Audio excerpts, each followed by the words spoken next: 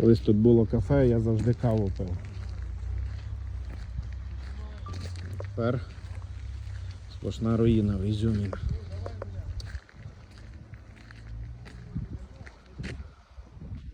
Ну нічого, все відбудуємо. Тут я каву колись пив, точно пив.